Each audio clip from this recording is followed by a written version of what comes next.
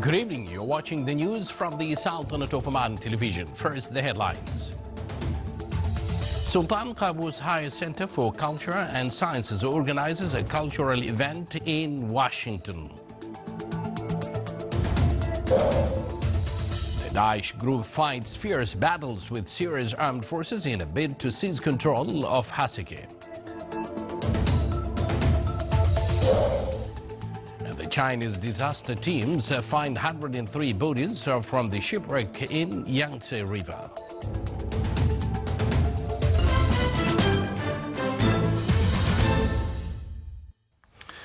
Thank you for joining us and welcome to this 7 o'clock news bulletin.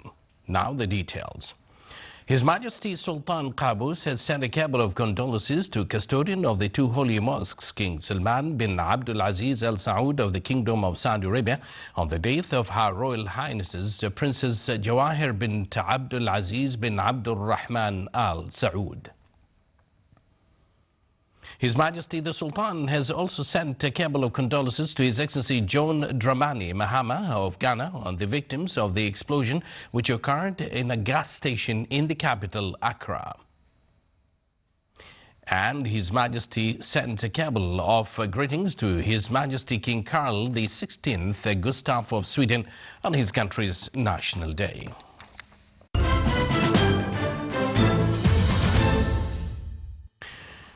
Within the aim to instill education for the better future, Sultan Qaboos Higher Center for Culture and Sciences organized in Washington cultural event with attendance of Her Excellency Hunaina bint Sultan Al Mughayriya, Sultanate's ambassador credited to the United States of America. The event sought to focus on the concept of Arabic and Islamic civilization and other fields. It also included manuscript, picture and Omani food and clothes exhibition. The attendees expressed that such activities provide them with more information about the Sultanate's culture.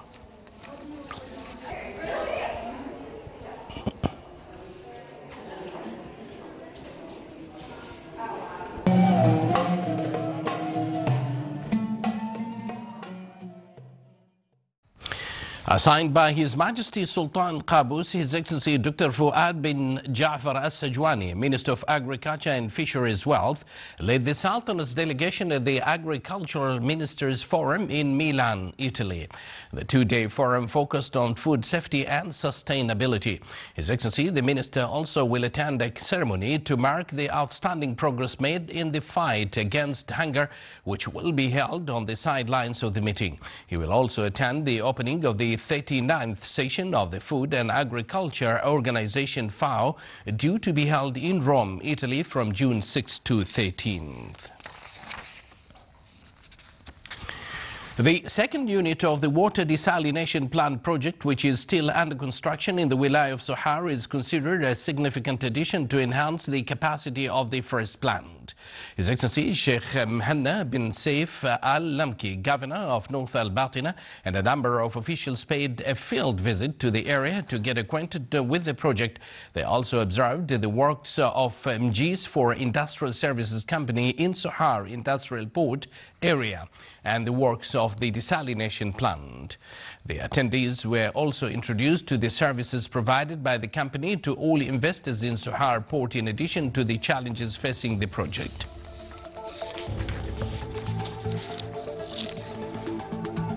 You're watching the Sultanate of Oman television, and still to come in our news bulletin. The Philippines' top climate envoy is making a series of treks that will culminate in a 60-day hike to Paris for a United Nations summit in December.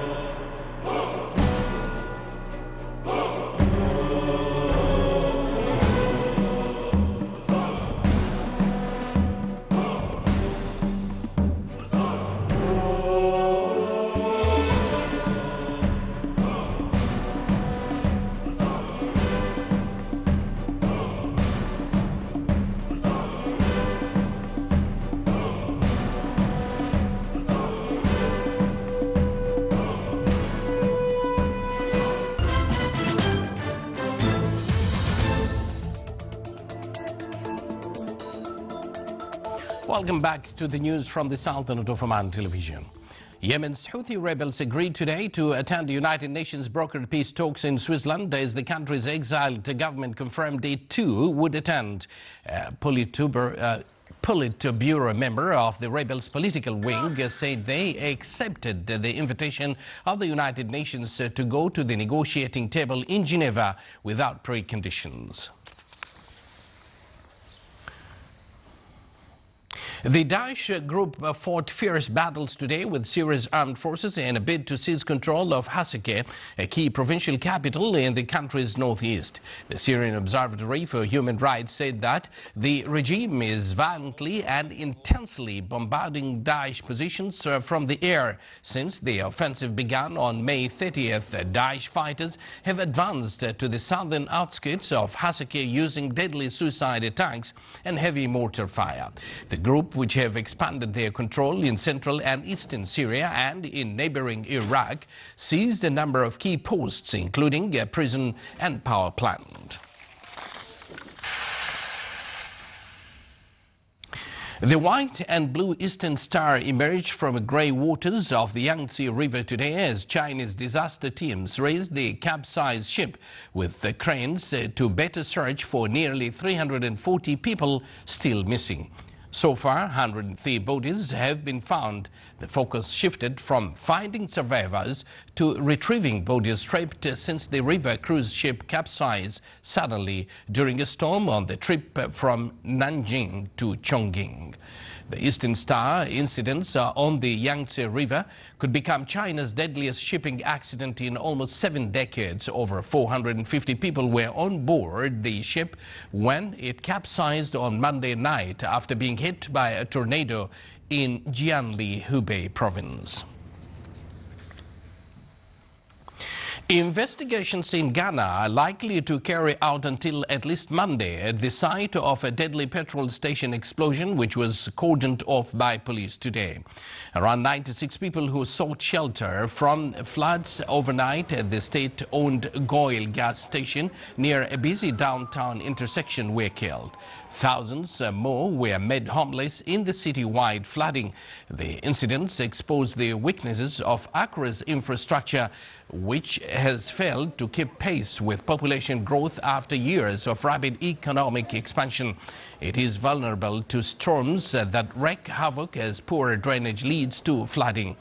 Ghanaian President John Mahama, who visited the site, said a fuel leak at the station caused the accidents that also destroyed nearby buildings, announcing 3 days of national mourning would begin on Monday, as well as the creation of a $12 million recovery fund.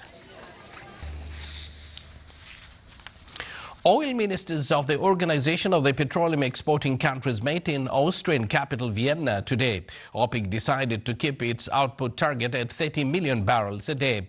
However, OPEC members are being left to restrain their overproduction, reflecting the Qatar's inability to strictly enforce its own limits in attempts to control the world's supply of crude. While the Organization of the Petroleum Exporting Countries accounts for over a third of the world's oil, its power to determine supply and demand has been steadily eroding as outsiders capture large shares of the market. Iranian petroleum minister meanwhile advised OPEC to make room for increased output from his country as early as the end of the month. Philippine climate change activist Yeb Sano is about to embark on a people's pilgrimage aimed at pressuring world leaders into taking decisive action on global warming when they meet at a crucial year-end summit in Paris. Here is a report. Yeb Sano is hoping to save the world one step at a time. Believing he'll make more of a difference, he quit his job as the Philippines' top climate envoy to lead a grassroots movement.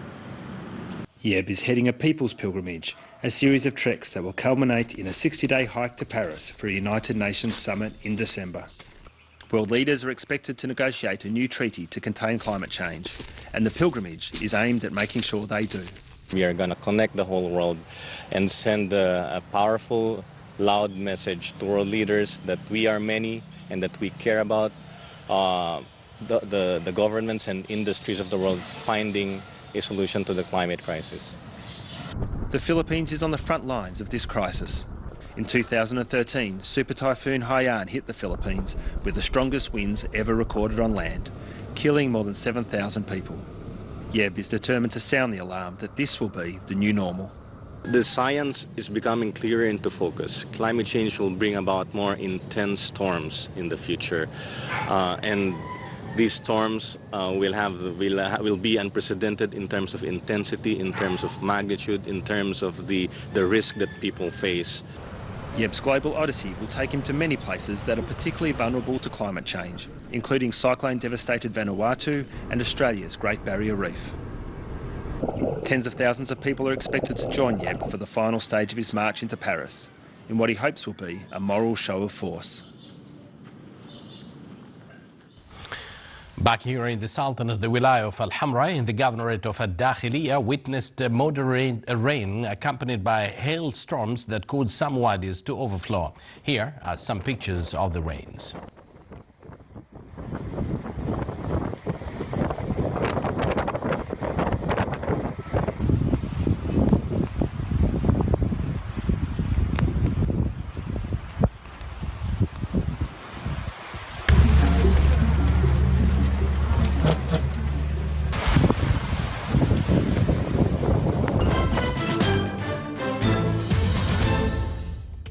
And now for the general weather forecast. Clear to partly cloudy skies will prevail over the coastal areas of the Governorate of Dhofar and the neighboring mountains with chances of scattered rains. Rest of the Sultanate will have clear skies with chances of rains over parts of the Hajar Mountains. Winds will be southerly to southeasterly light to moderate. Seas will be moderate to rough with a maximum wave height of 2 meters.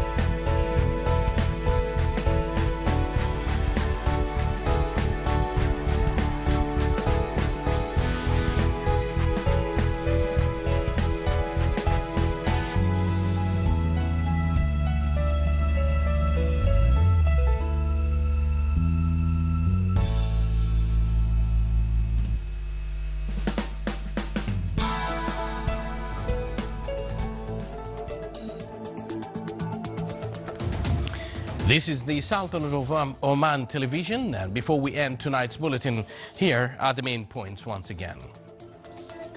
Sultan Qaboos Higher Center for Culture and Sciences organizes a cultural event in Washington.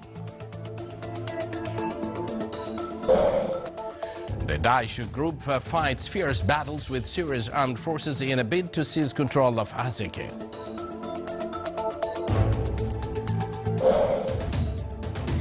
The Chinese disaster teams find 103 bodies from the shipwreck in Yangtze River.